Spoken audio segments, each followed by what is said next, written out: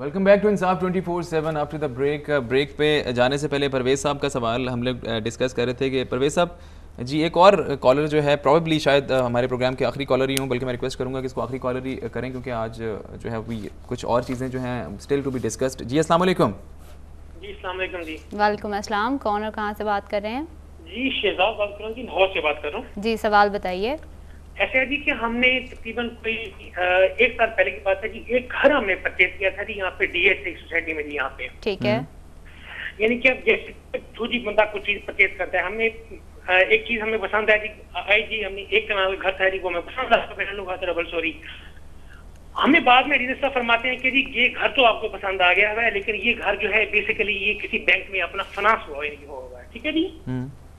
अगर आप अपनी वेरिफिकेशन करना चाहते हैं तो मुतलका ब्रांच में जाएं, जाके वेरीफाई कर लें, जाके स्टेटस जाके अपना सारा पता कर लें वहां पे जाके जी। हम भी फिर अपना क्या कहते हैं नेक्स्ट डे वहां पे चले गए जी, मुतलका ब्रांच में चले गए। वहां पे हमारी जो होम फाइनेंस के साहब जी होते हैं जी, वहां पे उनसे हमारी मुलाकात होती है जी। हमने स्टेटस पूछा जी घर का स्टेटस क्या है इसका।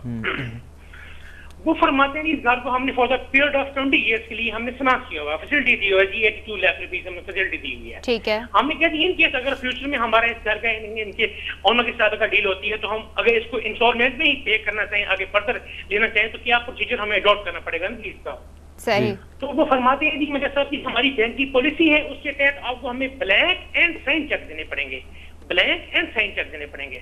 जब हम ब्लैक का लफ्ज लिया तो बंदा थोड़ा सा कोशिश हो रहता है ना कि ब्लैक का ये लफ्ज दे रहे हैं। अच्छा जी हमने कहा जी अगर आपको ब्लैंक चेक देने हैं तो कितने देने हैं?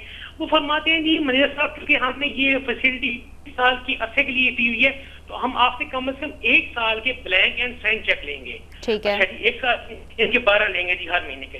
लेकिन हमने 12 चेक उन्हें मैंने अपना जो थे उन्होंने सब हमने उनके कर दिए। ठीक है जी। ठीक है। जिन बंदे ने लोन लिया था वो भी हमारे साथ गए, उन्होंने कहा जी मैंने मेरे घर के डील इनके साथ हुई है, इंस्टॉलमेंट ये पे करेंगे तो आपको कोई इतराज तो नहीं है। मैनेजर साहब कहते हैं जी हमें कोई इतराज नहीं है, लेकिन हमने पहले भी कहा है कि हमारा जो वे ऑफ होगा यानी कि रिकवरी का होगा वो हम ब्लैंक एंड साइन चेक लेंगे। ठीक है जी। हमने ब्लैंक चेक दे दिए। थोड़ा सा इसको मुख्तसर कीजिएगा प्लीज। जो हमने 12 चेक दिए थे ना जी उन्होंने हर महीने की इंस्टॉलमेंट हमारे अकाउंट से ऑडिट कर लेते थे। अप्रोक्सीमेटली 1 लाख रुपए बनती थी इंस्टॉलमेंट। 5 महीने ऐसे गुजर गए जी। उसके बाद 6 महीने के फर्स्ट वीक में जाके हमें पता लगता है हमारे खिलाफ लाहौर के मुख्तलिफ इलाकों में FIR लॉन्च हो रही है, चेक डिसोनर की FIR लॉन्च हो रही है जी। 3 लाहौर में होती है, एक आपकी होती है जी शेखपुर में होती है। जो होते हैं वो हमारे ऊपर तकरीबन 3.25 करोड़ रुपए की अमाउंट पे कराते हैं जी। अब FIR कराते हैं। ठीक है। इसका पर्चा होता है वो वाला यानी कि मैं समझ गया। वो हमें बाद में पता लगता है कि ये तो वही चेक हैं जो हमने मैनेजर साहब के हैंड ओवर किए थे, ये तो उनकी कस्टडी में चेक थे। जी शहजाद साहब, शहजाद साहब हम आपके क्वेश्चन को समझ गए। आप जी बहुत शुक्रिया।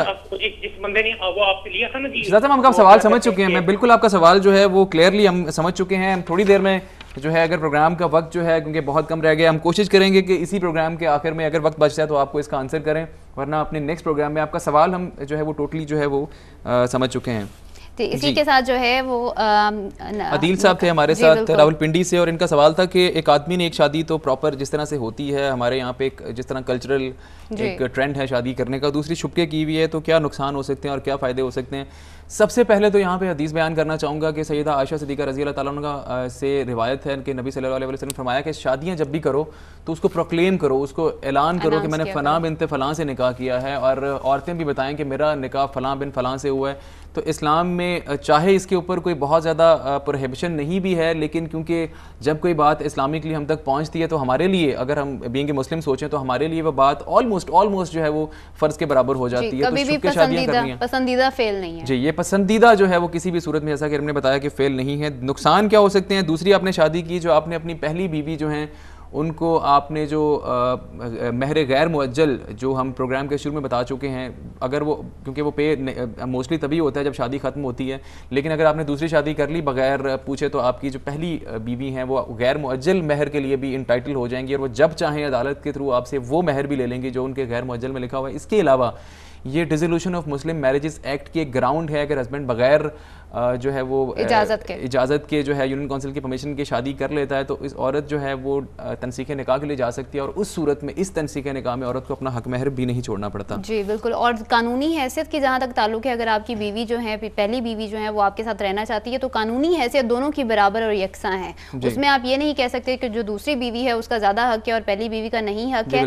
इंसाफ जो है आपको, अगर यहाँ पर मैं भी एक जो है हदीस कोट करूँ, तो दूसरी शादी का हम जो है वो कभी भी रिफ्यूज़ नहीं करते। प्रेफरेबल यही होता है कि आप एक शादी करें। दूसरी शादी में जो सबसे बड़ा बैरियर होता है वो तवाज़ुन होता है। अगर आप तवाज़ुन नहीं रख सकते तो बेहतर है कि आप एक ही जो है वो शादी करें, और दूसरी शादी में दोनों के हकूक़ यकसा हैं। ये भी आपको एक जो है वो हमारी तरफ से सजेशन होगी कि आप जो है अपने ऊपर इतना बार ना डालें जो कि आप जो है बाद में जो है वो इसको बेयर ना कर सकें। जल्दी से थोड़ा सा इसको कंक्लूड करेंगे। प्रोग्राम के आखिरी हमारे पास 2-3 मिनट्स ही बाकी हैं, और एक खाना नंबर 20 और खाना नंबर 21 तो हम ऑलरेडी बात कर चुके हैं कि अगर परमिशन नहीं ली, खाना नंबर 21 में है कि अगर दूल्हा शादी कर रहा है, पहले उसकी शादी हुई है, तो पहली शादी की उसने अपनी बीवी से या यूनियन काउंसिल से परमिशन ली है या नहीं, ये तो खाना नंबर 21 है। इसके कंसीक्वेंसेस, नतायज जो है हम आपको बता चुके हैं, जो सवाल था आदिल साहब का। जी बिल्कुल। और 20 जो है 20 के ऊपर हम बात करते हैं कि ये इसमें यह है कि आया शादी के मौका पर महर व नानुफ़्का वगैरह से मुतल्लिक कोई दस्तावीज़ तैयार की गई है, अगर की गई है तो इसके मंदरजात जो है वो लिखें। तो इसमें बहुत ज़रूरी है, अगर आपने मंथली इरम इसमें कितना नानुफ़्का आप जो हस्बैंड जो है वो अपनी बीवी को पे करेगा, अगर आप ये डिसाइड कर लें तो ये आपके हक में बेहतर होता है। बाद में जब आप अदालतों में जाते हैं तो मुश्किलात फेस करनी पड़ती हैं। ख़वातीन की साइड से भी यहाँ पे मैं बात करूँगा कि रॉन्गफुल क्लेम्स किए जाते हैं कि हस्बैंड जो है ये महीने का 4 लाख कमाता है या 5 लाख कमाता है, 10 लाख कमाता है। वो बेचारा जो है वो अक्सर हमें इस तरह के लोग मिलते हैं, वो कहते हैं यार मेरी 10,000 भी आमदन नहीं है। इसी में एक और भी अहम बड़ी बात जो है, अदालतें नानुफ़्का मुकर्रर कर देती हैं 10-10 हज़ार रुपया पर मंथ जो है।